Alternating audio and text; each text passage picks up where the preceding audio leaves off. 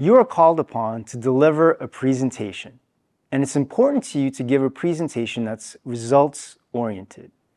You have good ideas here and there, but you find it a bit challenging to make your ideas practical. So, you ask yourself, is there an approach I can follow to prepare a results-oriented presentation? Good news, there is. Hi, my name is Joseph Kim, and I serve as the Instructional Designer for the Strategic Learning and Organizational Effectiveness Initiatives team. In this episode's 3 to Thrive, we'll take a look at the 3 stages of backward design and apply them to preparing presentations.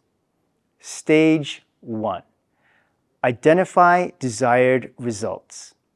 In this stage, we answer 2 key questions. Firstly, by the end of your presentation, what should the audience know and understand? Secondly, by the end of your presentation, what should the audience be able to do? Let's take a look at a few examples together. Example 1. By the end of my presentation, the audience will be able to de-escalate when speaking with an upset customer. Example 2. By the end of my presentation, the audience will be able to perform CPR successfully. Example 3. By the end of my presentation, the audience will be able to use a new software.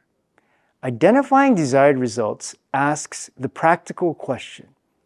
When your presentation is finished, what should the audience know and what should they be able to do? Stage 2. Determine acceptable evidence. In stage 2, we answer this question.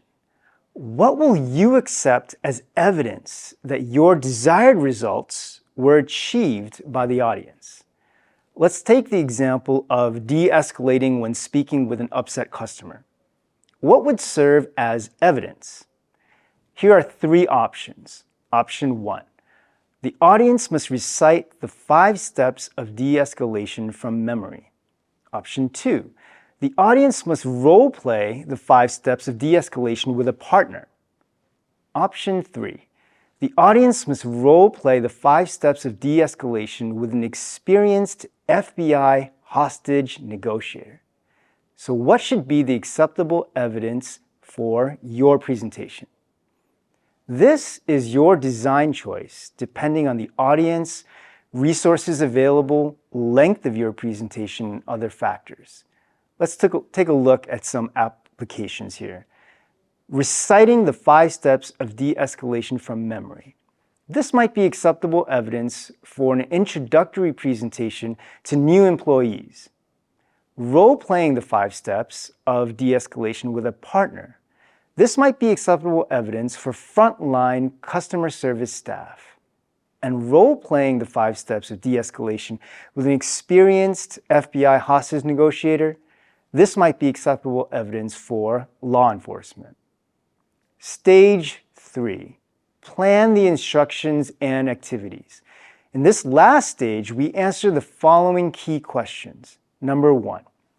What knowledge would enable your audience to effectively achieve the desired results? And number 2, what activities would equip the audience to accomplish what you'd like them to be able to do? For knowledge, explaining the 5 steps of de-escalation would be essential. For activities, some time allotted to practice and role-play de-escalation scenarios would produce the acceptable evidence of role-playing with a partner. Stage 3 is all about planning useful knowledge and activities that would enable and equip the audience to successfully achieve the acceptable evidence in Stage 2 and the desired results in Stage 1. If this is useful to you, may you enjoy preparing your presentation with a backward design approach. Additional resources can be found in the video's description.